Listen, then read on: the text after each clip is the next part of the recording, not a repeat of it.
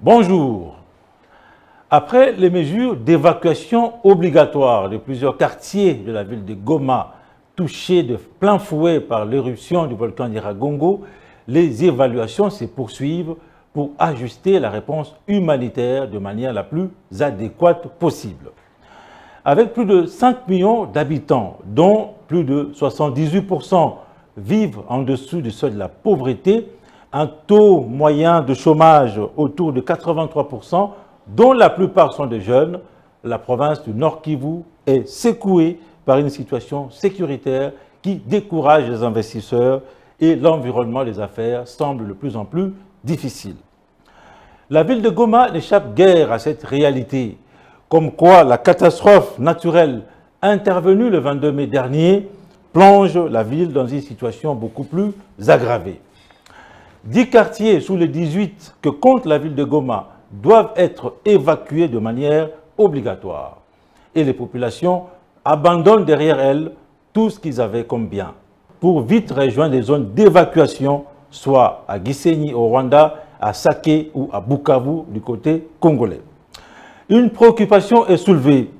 Comment s'organise l'assistance humanitaire et combien coûterait cette réponse humanitaire? Côté gouvernement congolais, au-delà du plan d'évacuation qui est déjà mis en œuvre, une délégation gouvernementale est à pied d'œuvre sur place pour évaluer justement cette réponse humanitaire et proposer une évaluation qui serait beaucoup plus adéquate. Entre-temps, dans un élan de solidarité, l'Union européenne a annoncé un décaissement de 188 000 € pour appuyer la Croix-Rouge dans ses efforts de rétablissement de l'électricité à Goma.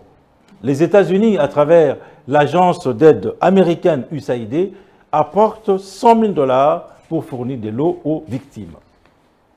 En bon voisin et solidaire, le gouverneur du Sud Kivu a identifié quelques 5 sites pour accueillir les déplacés venus en masse de la ville de Goma.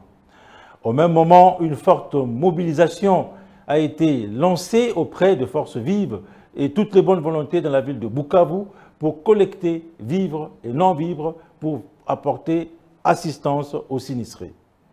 Dans la capitale congolaise, des initiatives privées des collectes de fonds sont également engagées pour soutenir tant soit peu ces nombreuses personnes en situation de détresse humanitaire. Tout est nécessaire pour eux. Ils ont besoin des abris, ils ont besoin des repas chauds, ils ont besoin d'eau, ils ont besoin des vêtements, des soins de santé, et ils ont également besoin de notre affection. Combien devra coûter une telle réponse humanitaire? Il est vrai qu'il faudrait attendre les évaluations qui sont en cours au niveau de la province du Nord Kivu pour savoir exactement combien de millions, combien de milliards faudrait-il pour remettre Goma sur les rails. Ce qui est évident est que cette éruption volcanique a entraîné des pertes énormes pour l'économie locale et un plan d'intervention en faveur de la ville de Goma s'impose pour lui permettre de se relancer. Merci de nous avoir suivis.